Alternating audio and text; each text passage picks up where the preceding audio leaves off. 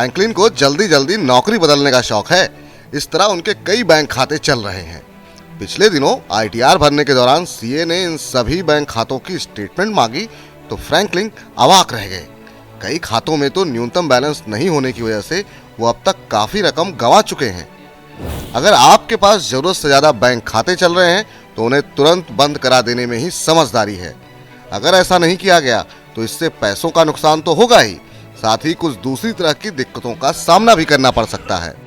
आमतौर पर 3 महीने तक सैलरी न आने पर बैंक सैलरी अकाउंट को सामान्य बचत खाते में तब्दील कर देते हैं। फ्रैंकलिन ने पुराने संस्थान में जो सैलरी अकाउंट खुलवाए थे वो अब बचत खाते में बदल गए हैं। अब इन बचत खातों पर विभिन्न प्रकार के सर्विस चार्ज लग रहे हैं। साथ ही सेविंग अकाउंट में मिनिमम बैलेंस न रखने पर हर तिमाही जुर्माना भी लग रहा है। उदाहरण के लिए अगर 4 बैंक अकाउंट हैं तो उनके सामने बड़ी समस्या इन खातों में मिनिमम बैलेंस मेंटेन करने की है। हर बैंक में मिनिमम बैलेंस रखने की सीमा अगर 10,000 रुपए है तो इस स्थिति में 40,000 रुपए मिनिमम बैलेंस मेंटेन रखने के नाम पर फंसे रहेंगे। अगर वो मिनिमम बैलेंस मेंटेन नहीं रखते हैं तो फिर आपको भारी पेनल्टी चुकानी होगी। क्योंकि मिनिमम बैलेंस से जुड़े शुल्कों में भारी वृद्धि हो चुकी है, इसलिए साल भर में उनके एक खाते से 3,000 रुपए तक की रकम कट सकती है। कई बैंक खाते में पैसे खत्म होने पर भी पेनल्टी पर पेनल्टी लगाते रहते हैं। भविष्य में इसका भुगतान कभी भी करना पड़ सकता है। डेबिट कार्ड पर भी लगता है चार्ज। बैंक में अपना खाता खोलने के बाद बैंक आपको डेबिट कार्ड जारी करता है। इसके एवज में आपसे सालाना 100 से 200 रुपए तक का शुल्क वसूला जाता है।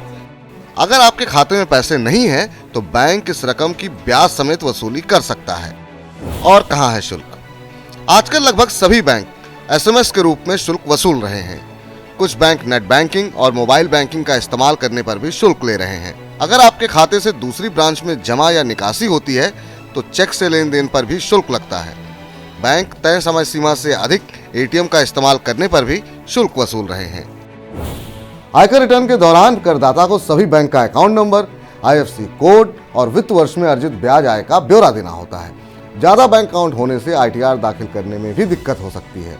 विभिन्न बैंक खातों में पड़े बैलेंस और उस पर मिले ब्याज की रकम को रिटर्न में दिखाना बेहद जरूरी होता है, जिसके लिए आपको इन बैंकों से स्टेटमेंट निकलवाना पड़ेगा। अगर आपका खाता सुचारू रूप से नहीं चल रहा है तो बैंक से स्टेटमेंट निकलवाने में भी दिक्कत हो सकती है।